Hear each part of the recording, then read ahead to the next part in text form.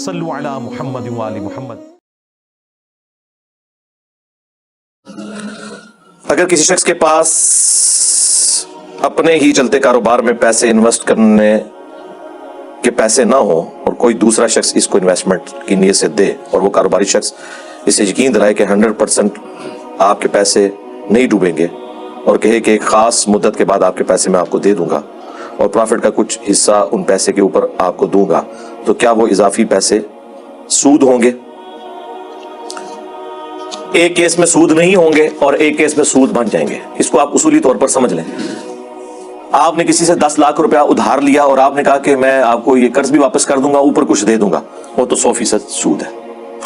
اس کی بجائے آپ اسے ریٹرن میں ایگریمنٹ کریں کہ یہ 10 لاکھ آپ مجھے دیں، میں جو کچھ بھی اس سے کماؤں گا نا اس کا 5% یا 10% یا 20% جو بھی آپ طے کر لیں وہ آپ کو دوں گا۔ 10 لاکھ کا 5% نہیں، وہ سود ہوگا۔ جو کما رہے ہیں اس کا 5، 10 یا 15 یا 20 یا 50%۔ یعنی اگر آپ نے کمایا ہے نا اس سے 50,000 اور آپ نے کہا میں آپ کو 50% دوں گا تو آپ اسے 25,000 دے دیں۔ اگلی دفعہ آپ نے 20,000 کمایا آپ اسے 10,000 دے دیں۔ اگلی دفعہ آپ نے 5,000 کمایا آپ اسے 2,500 دے دیں۔ یہ نہیں ہوگا کہ تو پچھلے مہینے تو نے 10,000 دیا تھا، اس دفعہ مجھے 5 کیوں دے رہا ہے؟ نہیں، طے ہوا ہے، اس پہ ظلم نہیں ہوگا۔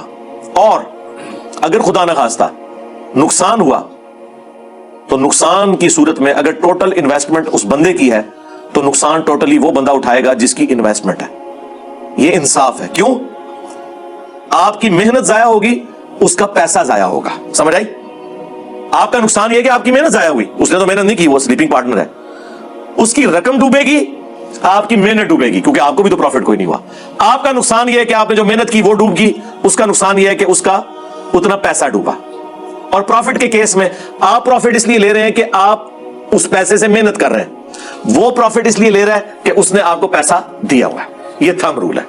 یعنی رقم کی پرسنٹیج لینا سود ہے، پروفٹ کی پرسنٹیج لینا کاروبار ہے، حلال ہے، منافع ہے۔